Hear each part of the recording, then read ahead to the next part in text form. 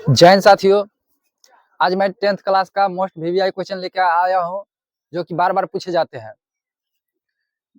Topic का नाम है दो चर वाले रैखिक समीकरण। ठीक है, तो चलते हैं बोर्ड के ऊपर। सबसे पहले जानेंगे चर पद और अचर पद। एक्स वाई जेड यानी ABCD का कोई भी अक्षर है तो उसे चर पद कहेंगे, और जैसे 1 2 3 4 इस प्रकार रहेगा अंक तो उसे अचर पद कहेंगे। आपको एग्जाम में बहुत ही बेसिक क्वेश्चन पूछ लिया जाता है, जैसे कि बोलेगा निम्नलिखित में से कौन सा चर पद है, निम्नलिखित में से कौन सा अचर पद है, तो आप एग्जाम में कंफ्यूज हो जाते हैं। तो इससे पहले आप नोट कर लीजिए, हो सकता है आप भूल जाए। तो एक्स वाई जेड को चर पद कहते हैं, और जितने भी अंक हैं 1 2 3 4 उसे अचर पद कहते हैं।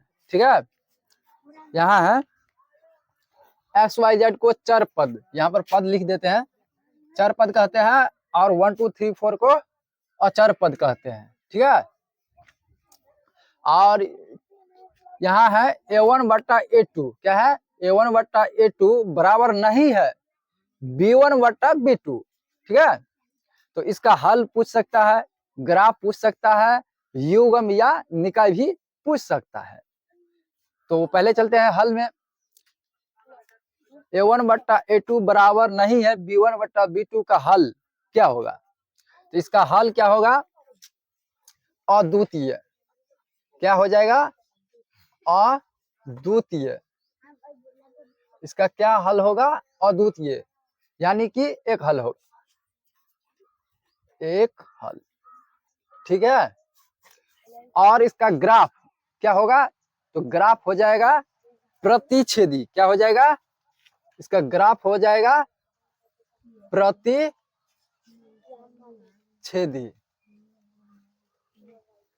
ठीक है, और युग्म या निकाय एक ही होता है। युग्म और निकाय क्या होगा? तो संगत हो जाएगा। क्या? संगत।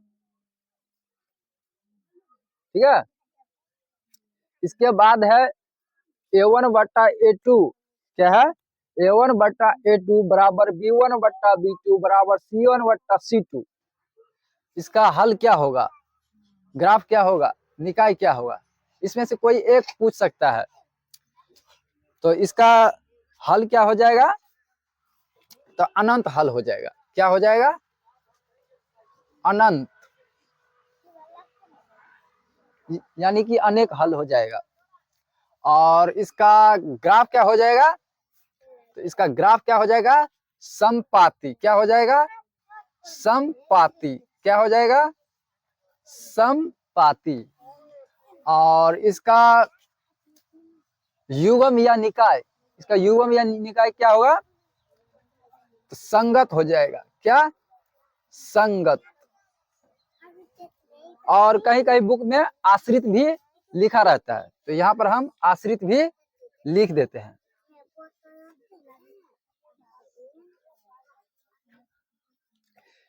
इसके बाद क्या है?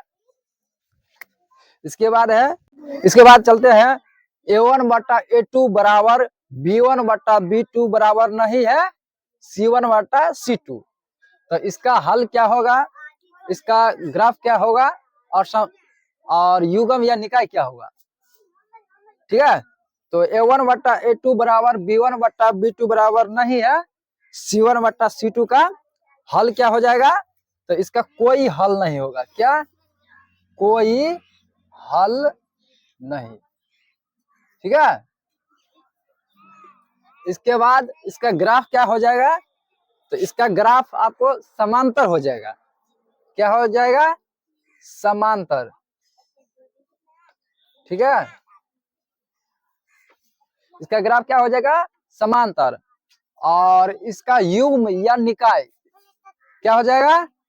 तो इसका असंगत हो जाएगा। क्या? असंगत, या असंगत या विरोधी। क्या हो जाएगा? विरोधी। ठीक है, तो इस प्रकार से आप सीख सकते हैं। और यहाँ पर मैंने क्वेश्चन लिखा है एक, जो कि देख सकते हैं। जैसे कि इसमें बोलेगा आपको इस प्रकार से ऑप्शन देकर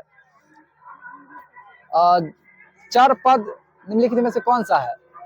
तो चर पद में यदि पूछेगा तो यहाँ पर कोई मान लीजिए हम अंक दे देते हैं, ठीक है। जैसे 2 दिया ही 3 दे दिया, ठीक है।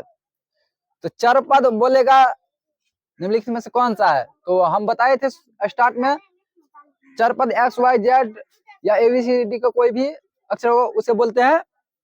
तो इसमें एक्स में लग जाएगा। यदि यहाँ पर हम वाई दे देते हैं, क्या वाई दे देते हैं, ठीक है। इसके बाद बोलेगा इसमें अचर पद कौन सा है। तो अचर पद क्या हो जाएगा, 2 हो जाएगा, क्योंकि एक्स वाई जेड वाला तो चर पद है, इसमें कोई तो होगा नहीं। तो इसमें क्या हो जाएगा, फिर ये 2 हो जाएगा क्या, अचर पद। तो इस प्रकार से आप सीख सकते हैं। हम आशा करते हैं कि आप लोग को ये वीडियो अच्छा लगे होगा। जरूर लाइक कीजिए, सब्सक्राइब कीजिए। धन्यवाद।